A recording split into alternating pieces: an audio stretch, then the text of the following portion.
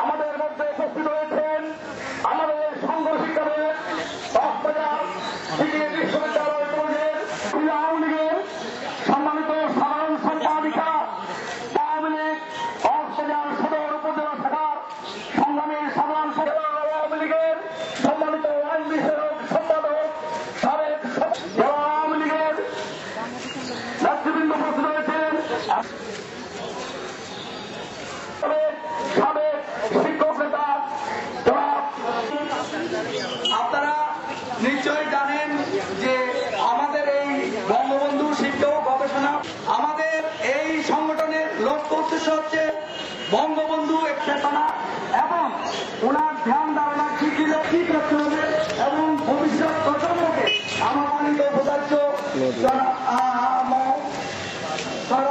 আরো ভবিষ্যৎ প্রজন্মকে বঙ্গবন্ধুর চেতনা এবং আদর্শ জানিয়ে দিয়ে এই যে বর্তমান মধ্যবর্তী নির্বাচনের নামে গণতন্ত্রকে নষ্ট করা, শিক্ষানীতি বাস্তবায়ন আমাদেরকে এগিয়ে যেতে হবে।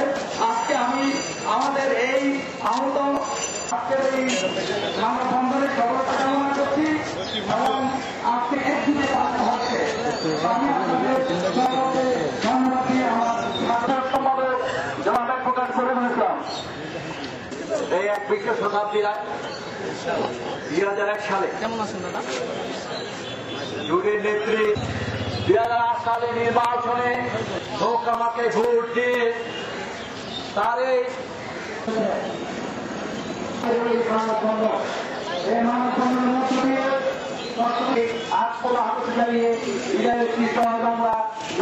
বর্তমান আওয়ামী লীগ সরকার তথা জননেত্রী শেখ হাসিনার নেতৃত্বে ষড়যন্ত্রের বিরুদ্ধে আজকের মানববন্ধনে দাঁড়িয়ে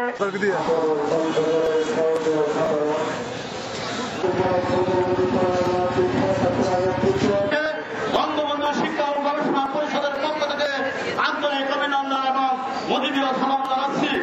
সম্মানিত শুনে দ্রুত বিলম্বে পাশ করার জন্য আমি আজকে কর্মসূচির মধ্য দিয়ে এবং মুবারকবাদ জানিয়ে আমি আমার সংক্ষিপ্ত বক্তব্য শেষ করছি।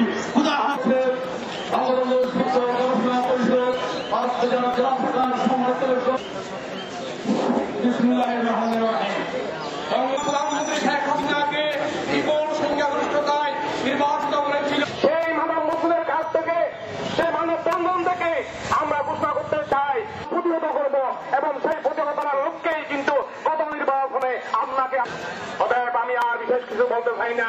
যারা এই মানব বন্ধনে অংশগ্রহণ করেছেন, জননেত্রী শেখ হাসিনা আন্দোলন করে যাচ্ছেন এবং আসতেছে আমাদের যে এই দূরের এই অনেক ক্ষতি করতেছে, কোনো কাজই করেন নাই।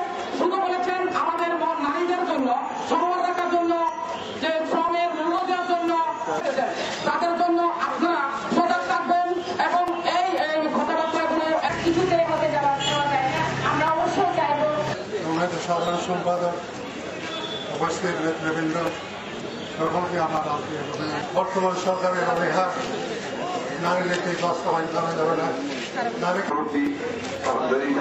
সম্মানিত সম্পাদক, আজকে সারা দেশে 64 জেলায় আমরা মানববন্ধন করছি।